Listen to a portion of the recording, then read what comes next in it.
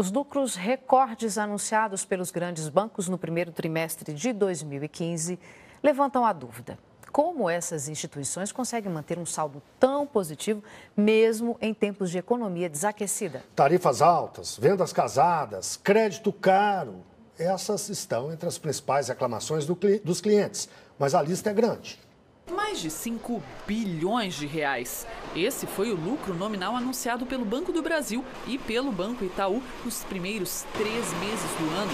No caso do Banco Público, o número representa um aumento de 115% em relação ao mesmo período do ano passado. Já o crescimento do Itaú representou 29% em relação ao primeiro trimestre de 2014. Isso num cenário de inadimplência crescente, de acordo com o Serviço de Proteção ao Crédito, o SPC. Segundo especialistas, o Brasil tem poucos bancos, o que diminui a concorrência. Com isso, aumenta o preço que pagamos pelo dinheiro e pelas operações bancárias. A principal fonte de receita é o spread bancário, que é a diferença entre aquilo que ele capta e aquilo que ele empresta no Brasil. A segunda maior fonte de receita são as tarifas, que no Brasil também são altas pelo fato de ter pouca competição. E depois vem os produtos acessórios, que são os títulos de capitalização, os seguros e por aí vai, que isso também é uma boa fonte de renda para os bancos em geral. Enquanto a poupança rende cerca de 0,5% ao mês, para o correntista pegar dinheiro emprestado no cheque especial, por exemplo, pode pagar até 12% de juros ao mês. Além disso, os clientes reclamam que o custo alto das contas bancárias nem sempre representa retorno no serviço prestado. Eu acho valores altos, não sei, às vezes eu não entendo, por exemplo, uma taxa que eu gostaria de saber por que é cobrada e aonde vai esse valor é o DOC, o TED, que são taxas, sei lá, transferi um dinheiro para outro banco, paguei, sei lá, 7,80. E eu não sei para que é usado esse 7,80. A Confederação Nacional das Instituições Financeiras afirma que as tarifas são custos de operação e podem ser evitadas pelo consumidor. A CNF também contesta a noção de que os bancos não passam por crises e afirma que um alto lucro nominal não significa alta lucratividade. Segundo a instituição, essa taxa seria de 20% ao ano, compatível com o mercado mundial de bancos. São instituições extremamente eficientes na gestão do risco, dos vários riscos que existem no mercado nacional. As que não eram eficientes, quebraram. Para os bancários, um dos alicerces do lucro e da eficiência é a política de metas dos funcionários. Segundo o sindicato, eles são obrigados a vender produtos que visam exclusivamente o aumento da receita do banco. Essa cobrança de meta ela é diária, não tem um parâmetro adequado. Às vezes eles querem que o indivíduo cumpra a meta do ano todo, que é previsto no orçamento do ano todo, em um mês. E isso, de fato, os bancários não dão conta. Segundo os próprios bancários, essa política de metas incentiva funcionários a oferecer vendas casadas, o que é ilegal. O caso mais comum é em financiamentos. Quem busca esse tipo de serviço reclama que muitas vezes só consegue um empréstimo se comprar outros produtos.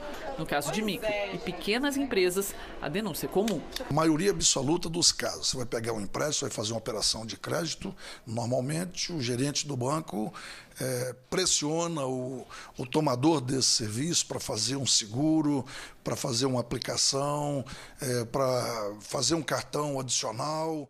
Há opções para quem quer gastar menos para manter uma conta bancária. Uma dica essencial é pesquisar as tarifas oferecidas por diferentes bancos. O Banco Central mantém na internet uma lista completa com os preços praticados em todo o país. Outra saída, ainda pouco conhecida, é a conta digital.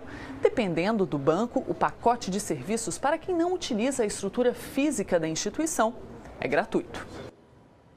E agora vamos tirar dúvidas sobre quais são de fato os direitos dos consumidores, como eles podem se defender diante dos bancos. Eu vou conversar com o Walter Moura, ele é do IDEC, o Instituto Brasileiro de Defesa do Consumidor. Boa noite, obrigado por estar aqui conosco. É uma honra. A reportagem falou sobre o tal do spread, que é aquela diferença entre o que o banco paga a pessoa quando ela põe um dinheirinho lá, numa aplicação, e o que ela cobra da pessoa quando a pessoa pede um empréstimo. Isso. No Brasil, esse spread é considerado alto? Como é que a gente pode classificar? Nós vivemos num dos países que tem a maior juro bancário do mundo. Ou seja, esse valor da operação ativa, que é quando o banco empresta para alguém e cobra o juro, nós pagamos juros que nenhum outro país você vai conseguir. Então, para você financiar um veículo, você chega a pagar de 5 a 10 vezes mais juros do que você pagar um parcelamento de um veículo fora do país, principalmente em país de primeiro mundo. E o custo da operação, que os bancos alegam que é muito alto no Brasil, ele deixa de ser tão alto quando os bancos têm uma garantia muito forte, por exemplo, como o consignado. O consignado está lá na folha de pagamento. Eles vão buscar. Jeito. Então, o que acontece? Como você tem um juro muito alto, com uma garantia muito alta que reduz o custo da operação, o faturamento dos bancos brasileiros é muito forte. Então, qual é o sinal que nós temos de que nossos bancos ganham muito além do mercado? É exatamente essa colocação da reportagem de que, mesmo a economia real, produtiva, indo mal, os bancos vão bem, então essa economia artificial de juro, ela funciona muito melhor só para o banco, quer dizer que ele está ganhando descolado do mercado. E esse descolamento do mercado, ele é perigoso. A legislação não deveria proteger a legislação brasileira, ela é frouxa, ela afrouxa os bancos, para que eles tenham cada vez mais garantias e duplas, triplas garantias sobre o consumidor. O consumidor fica à mercê de um Código de Defesa do Consumidor que está completando 25 anos, já foi muito bem aplicado no Brasil, mas hoje, infelizmente, me parece que os juízes, principalmente os tribunais superiores, se cansaram de defender os consumidores, achando que os consumidores são pessoas que vão produzir algum mal ao mercado e, na verdade, não vão. É o mercado que se completou muito bem dessa limitação e hoje o brasileiro ele está colocado num mercado em que ele é um jogo de ganha-ganha. O banco nunca perde e os consumidores ficam à mercê de uma proteção que não acontece de fato. Então, os tribunais estão devendo ao país? Estão devendo. Nós temos uma jurisprudência que oscilou bastante de 1990 para cá, em que hoje praticamente as grandes causas que mantiveram, por exemplo, juro sobre juro, comissão de permanência, todas essas possibilidades que os bancos têm de cobranças que antigamente eram impossíveis, hoje os bancos têm resguardadas no judiciário. Vamos ver algumas dúvidas de pessoas que nas ruas querem saber de você as respostas para algumas perguntas. Primeiro, a Margarete Almeida. Vamos lá. Minha dúvida quanto a tarifas de banco é se é legal essa cobrança. Por exemplo, você ter uma conta corrente, né, e ter sempre um desconto todo mês, digamos, R$20, R$22, igual eu tenho. A tarifa ela é permitida sim, ela é um serviço que está cobrado e está tarifado. O Banco Central ele controla esse preço. Existe a possibilidade de você pesquisar tarifas menores ou buscar serviços que não sejam tarifados. Mas o que chama a atenção é que normalmente o banco deveria cobrar uma vez só. Por exemplo, no juro da operação, só que ele cobra duas vezes. Ele ganha no juro da operação e ainda ganha no tarifamento da prestação de serviço. E o que a pessoa pode fazer aí? Não, né? A gente está subordinado a um sistema que está oligopolizado. São poucos bancos que têm operando no Brasil. Você não tem o último banco a buscar. Eles concorrem quase que num sistema uniforme, que você cai de um, você vai encontrar o outro operando igualzinho. Então, esse sistema uniforme que eles trabalham não te dá muita opção para o consumidor. Vamos ver mais uma dúvida, é do Fernando Borges. Vamos ouvi-la. O tempo máximo de espera é 30 minutos.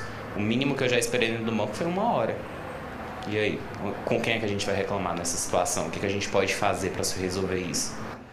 Bom, a legislação brasileira, sobretudo nos estados e no Distrito Federal, e aí sim houve um avanço porque o judiciário permitiu que ela fosse aplicada, determinou que haja um tempo máximo de espera. Se você ultrapassar esse tempo máximo, você vai pegar a senha, o comprovante da operação, vai direto ao PROCON e no PROCON você vai conseguir que eles abram um processo administrativo para punir o banco. Infelizmente você não vai ganhar nada em tese com essa operação, mas você pode ir ao juizado especial. Se você teve um prejuízo material ou moral desse atraso, por exemplo, você perdeu um dia do trabalho ou perdeu alguma questão mais relevante, você vai buscar o pleito do seu dano material ou moral. Temos mais uma pergunta, é da Maria da Graça. Vamos lá. Eu gostaria de saber se as taxas bancárias estão de acordo com a inflação do dia a dia. Ao contrário do que se pensa, as taxas bancárias elas estão sempre crescentes. É muito raro você ter uma redução de tarifa bancária no Brasil.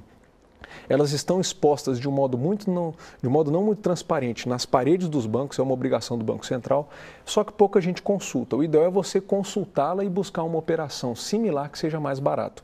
Na falta de informação, o consumidor busca a operação mais conveniente, paga mais caro. O grande exemplo, além da emissão de cheque até hoje, de ultrapassar emissão de folhas de cheque e tirar muitos extratos, é você buscar os créditos mais caros, como é o caso do cheque especial. Agora, Walter, eu fiquei, aquela nossa conversa logo no início me deixou muito impressionado. Você disse que os tribunais nos deixaram, estão devendo ao país. A quem reclamar? Só se for o bispo, então, porque se a justiça não ajuda. Nós temos, infelizmente, um cenário jurídico no Brasil em que nós vivemos não num paraíso fiscal. A arrecadação tributária no Brasil é muito forte, mas nós vivemos num paraíso dos bancos. Hoje, os bancos brasileiros valem muito mais do que outros bancos em outros países, e a mesma atividade que é desempenhada em qualquer outro país civilizado, aqui no Brasil é desempenhada por um banco com lucratividade extremamente alta. E o que a sociedade pode fazer? Bom, a sociedade ela tem que buscar, dentro das próximas modificações legislativas, nós temos o projeto do Código de Defesa do Consumidor que atualiza o código que está parado no Congresso, que diz respeito à proteção do superendividado, que são essas pessoas que estão à mercê de uma falta de educação generalizada, de produtos bancários que são, como colocado, vendas casadas, questões que até hoje infringem a legislação, e essas pessoas não têm a quem socorrer. Então a gente tem que trabalhar não só com uma legislação mais firme contra os abusos bancários, que o Brasil é um craque nisso, mas especialmente para que os serviços bancários sejam mais equiparados aos demais. A publicidade bancária no Brasil é muito frouxa, os ganhos bancários e principalmente o controle de juro. O juro no Brasil deveria ser um pouquinho menor. Muito obrigado, Walter. Eu conversei com Walter Moura, ele é advogado do Instituto Brasileiro de Defesa do Consumidor, o IDEC. Obrigado e uma boa noite. Boa noite, obrigado, Guilherme.